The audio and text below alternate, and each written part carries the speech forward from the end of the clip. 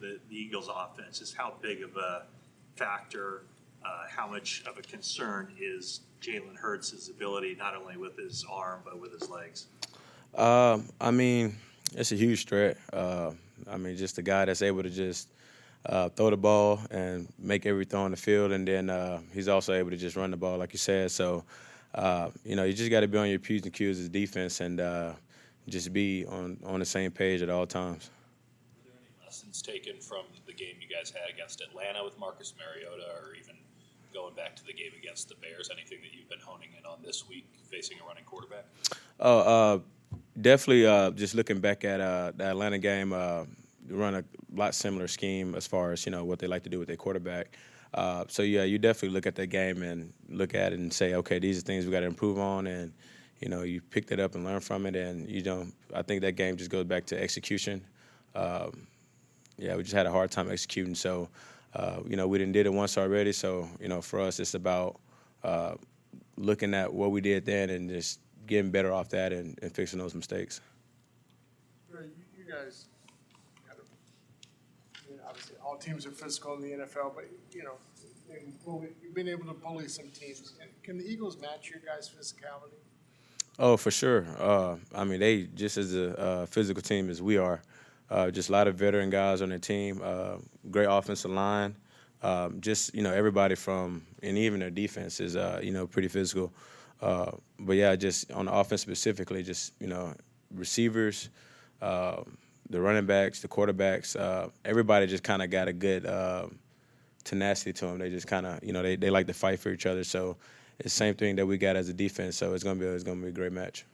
So good at triggering and swarming to the football. When you face an offense that does the zone read, does it sort of force you to be patient and play a different style? Is that kind of where the execution difficulties come in sometimes? Yeah, definitely got to be, patient versus a team like this, and just really see what you read, and then, like you said, executing, and then, after you do your job, your assignment, playing patient, that's when you go swarm, and that's when we need everybody to the ball.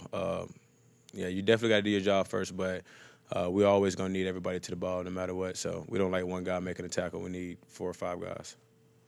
I think Diamador started the Week 2 game in Philadelphia last year. Where have you seen his growth, his strides the most in the year and a half since then? D-Moore, a.k.a. the hyena.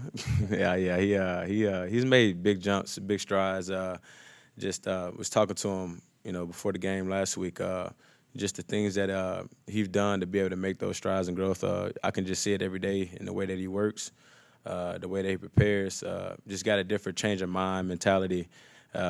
Just more aggressive in everything that he does, and then just on the details as well. So, I'm excited to see, just to see his growth and just to see how much more he can grow.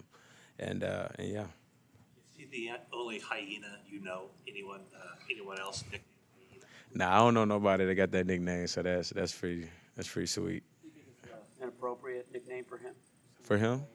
I don't think it's inappropriate at all. I think it's perfect. Is it inappropriate? Inappropriate? Is it appropriate? Yeah. I mean, I think that's perfect.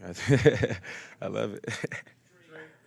D'Amico obviously is up for a bunch of jobs. What are some of the traits that make him such a great coach in your mind?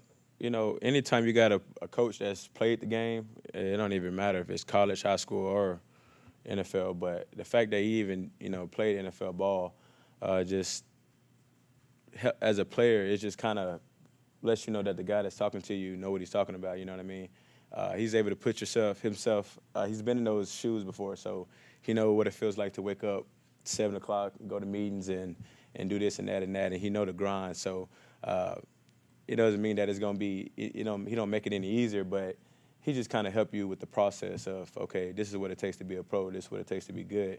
And the fact that he can relate in that way and different other ways as well, he's been through all the ups and downs as an athlete that you can go through. So, he's just somebody that you can just really talk to, relate to, and he loves the game. So if you love the game as well, he gonna be the perfect coach for anybody.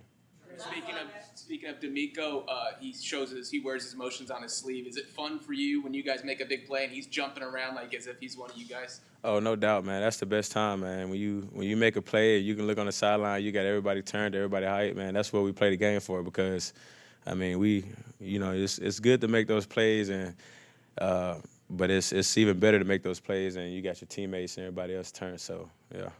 Thanks, Dre. Yeah, appreciate it.